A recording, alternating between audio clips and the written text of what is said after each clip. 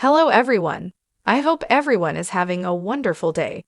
Before starting the video, please go ahead and hit the subscribe button and give this video a thumbs up. Thank you. Chicago PD Jason Begg as Hank Voight. Would Dennis Quaid rather play coach or athlete in a legendary sports movie? Chicago PD keeps its revolving door policy going with its latest episode.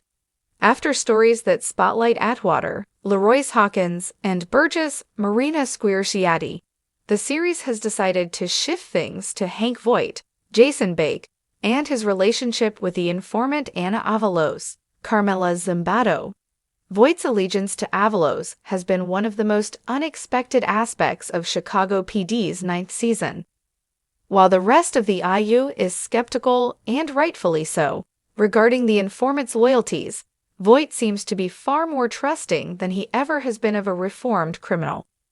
Be warned that the rest of the post contains detailed spoilers for the latest episode of Chicago PD. What occurred yesterday night on Chicago PD. The episode, titled To Protect, begins with the IU finding the corpse of a John Doe. They initially think he's a member of Los Temidos, but it turns out that he was a man named Pedro who merely tried to rip off the gang and paid for the attempt with his life. Since Los Temidos are brought into the mix, Voight decides to reach out to Avalos for some info. She has little to offer given the random nature of the killings, but she does provide some insight into the gang and their upcoming dealings.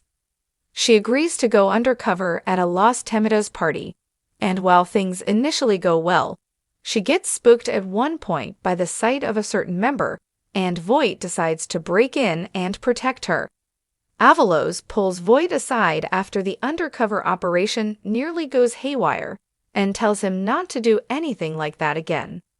Voight is taken aback by the request, and, visibly shaken, he goes to Halstead, Jesse Soffer, for some advice. He asks whether he should allow Avalos to remain undercover given her actions. Halstead has made it clear in past episodes that he's no fan of Avalos.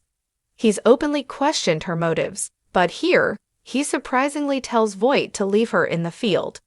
He theorizes that she's so angry with the world and the hand she was dealt that she wouldn't make any foolish mistakes. More close calls and undercover breakthroughs follow. Voight and Halstead confer once more about what could be done to keep Avalos safe, and tellingly, both men struggle to come up with a solution that was legal.